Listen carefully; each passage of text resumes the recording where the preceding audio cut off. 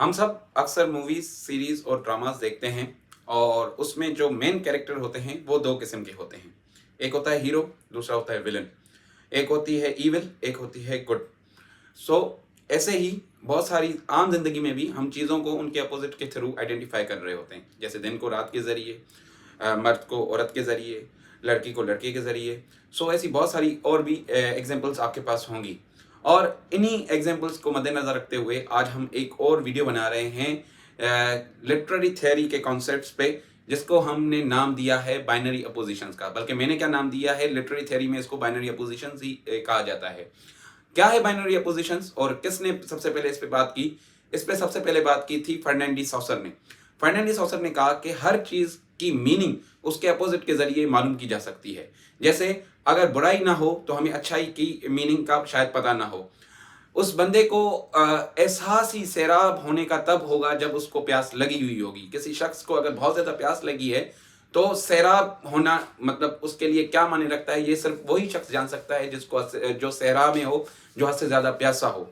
या किसी बंदे को अगर बहुत ज्यादा भूख लगी है तो पेट भरना ये नेमत किसे कहते हैं, सिर्फ ये वो आपको वही शख्स बता सकता है जिसका जो है पेट भरा हुआ ना हो या वो कई दिनों से भूखा हो। तो इसी को मद्देनजर रखते हुए फर्नांडिस सॉसर ने कहा कि किसी भी चीज की मीनिंग समझने के लिए पहले उसके अपोजिट को समझना पड़ेगा। और इसमें फर्दर जो एडिशन की वो लेवी स्ट्रॉस ने की। लेवी स्ट्रॉस ने बाइनरी अपोजिशन को कल्चरली ब्रीफ किया कि कैसे बाइनरी अपोजिशन एक कल्चरल जो है हेरिटेज डेवलप करती हैं। मतलब किसी भी सोसाइटी के नॉर्म्स जो हैं वो बेसिकली बाइनरी अपोजिशंस पे ही होते हैं। अगर हम वेस्टर्न कल्चर की बात करें तो वहां पे आप देखोगे कि लड़के लड़कियों का आपस में मिलना जुलना, घूमना फिरना कोई मायूब बात नहीं समझी जाती। लेकिन अगर हम हमारे कल्चर के कॉन्टेक्स्ट में बात करें तो हमारे यहाँ शायद बहुत सारे लोगों को ये चीज मायूब ना लगती हो, लोगों अपोजिट जेंडर्स का एक दूसरे के साथ उठना बैठना। तो ये कैसे बना? ये इसी बाइनरी अपोजिशंस के थ्रू बना, जिसको हमने अपोजिट्स के जरिए मीनिंग देना स्टार्ट किया। लेकिन बात इतनी सादा नहीं है। इसमें एक और जो है शख्स है जिसने एडिशन की, जिसका नाम था जैक्स डेरिडा। जैक्स डेरिडा ने कहा कि ठीक है, हम मीनिंग को समझने के लिए अपोजिट का इस्तेमाल तो करते हैं, लेकिन अनकॉन्शियसली और कॉन्शियसली, इंटेंशनली और अनइंटेंशनली हम किसी एक साइड को किसी अपोजिट साइड पे बढ़तर रखते हैं। मतलब जैसे कि अगर मैं आपको नॉर्मल कॉन्टेक्स्ट में बताऊं तो एक पेट्रियार्टिकल सोसाइटी में मर्द को हमेशा ऊंचाई पे रखा जाता है और औरत को नीचे रखा जाता है। Same for the opposite thing कि अगर कोई फेमिनिस्ट है तो शायद उसके लिए मर्द की अहमियत बहुत ही कम हो और इसी चीज के वजह से एक्सट्रीमिज्म बढ़ता है।